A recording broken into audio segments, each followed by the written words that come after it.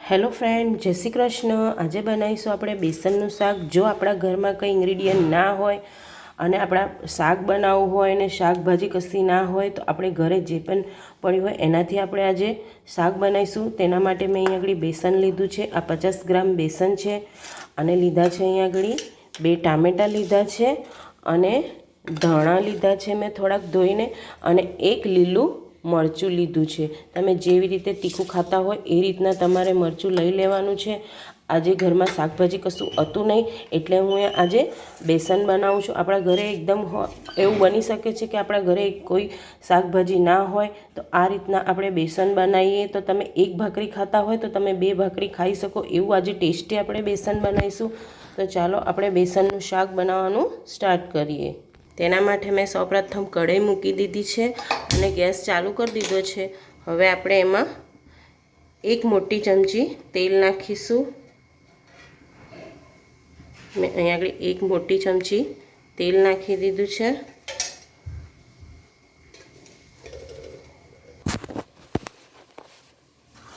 आपणुं तेल गरम थई गयुं छे। हवे नाखीशुं आपणे थोड़ीक राई लीधी छे मैं अने थोड़ुं जीरुं लीधुं छे।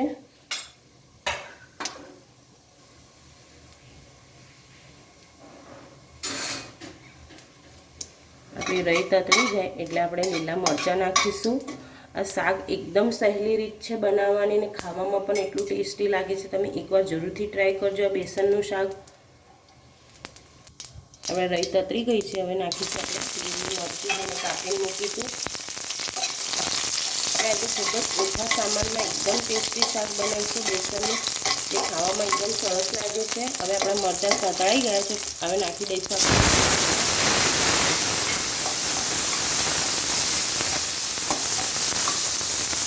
અહીં આપણી અડધી ચમચી લસણને આદુનો પેસ્ટ લીધો છે।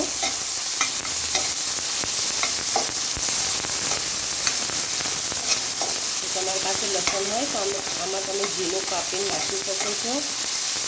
લીલું લસણ પણ આમાં નાખી શકો છો। હવે આપણે એમાં સ્વાદ પ્રમાણે મીઠું નાખી દઈશું, જેથી આપણી ટામેટા જલ્દી ઓગળી જાય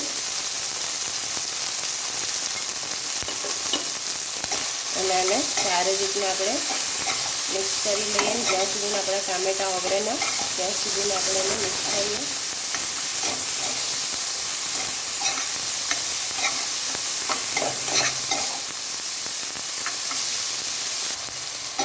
આપણા ટામેટા સરસ ઓગળી ગયા છે।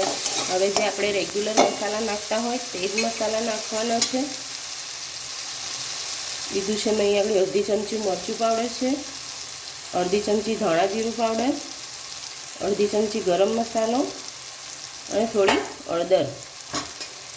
અને હવે આપણે આને થોડુંક પાણી નાખીને સરસ શેકી લઈએ, જે આપણો મસાલો સરસ શેકાઈ જાય।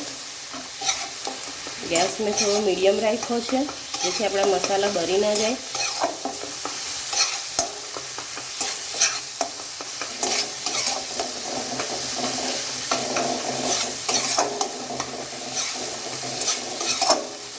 मसाला सरस शेकाई गया है। मैं 1 ग्लास अहीं आगळ पानी लीधुं है। 1 ग्लास में पानी नाखी दईश आमां अने आपणे पाणीने उकळवा देवानुं छे। नाखी दईशुं आपणे थोड़ा धाणा।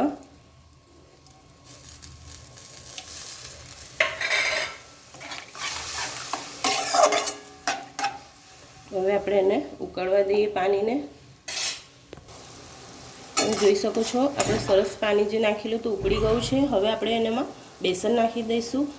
આ રીતના હલાવતું જવાનું છે અને બેસન નાખી દેવાનું છે।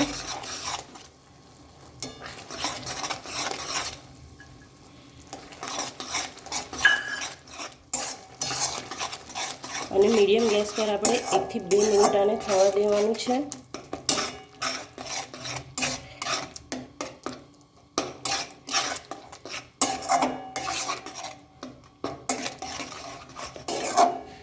આ રીતના આપણે એને જો ગઠ્ઠા હોય તો આ રીતના ભાંગી કાઢવાના છે થોડા થોડા, અને રેય ઝીણા ઝીણા તો બી વાંધો નહીં આવે, બહુ સરસ લાગે છે ખાવામાં। અને આ રીતના આપણે 2-3 મિનિટ ઉકાળીએ તો સરસ આપણા અંદર જે બેસનમાં ગઠ્ઠા છે તો બફાઈ જાય છે, સરસ લાગે છે આ રીતના જ ખાવામાં.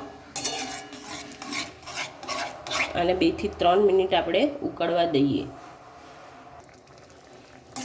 તમે જોઈ શકો છો આપણી 2-3 મિનિટ થઈ ગઈ છે ને આપણું શાક સરસ બનીને તૈયાર થઈ ગયું છે.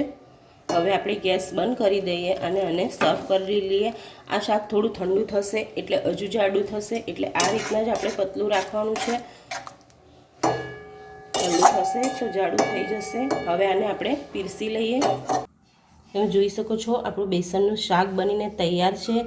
તમે ઘરમાં શાક ના હોય, ઇમરજન્સી હોય ને આપણે ઘરમાં શાક ખલાસ થઈ ગયું હોય, તમે આ રીતના શાક બનાવી શકો છો. તમારે નાનાથી લઈને મોટા સુધીને બધાને ભાવશે એવું શાક છે. આ જોવા પરથી જેટલું સરસ લાગે છે એટલું ખાવામાં પણ સરસ લાગે છે. તમે આને પૂરી સાથે, રોટલી સાથે, ભાખરી સાથે ખાઈ શકો છો. સ્વાદમાં પણ એટલું જ સરસ લાગે છે. તમે એકવાર આ શાક જરૂરથી ટ્રાય કરજો. અને જો તમને આજની મારી રેસીપી ગમી હોય તો મારા વિડીયોને લાઇક કરીને મારી ચેનલને સબસ્ક્રાઈબ કરી લેજો અને તમારા ફ્રેન્ડ સાથે શેર કરજો. ફરી મળીશું એક નવા વિડીયો સાથે. ત્યાં સુધીને જય શ્રી કૃષ્ણ.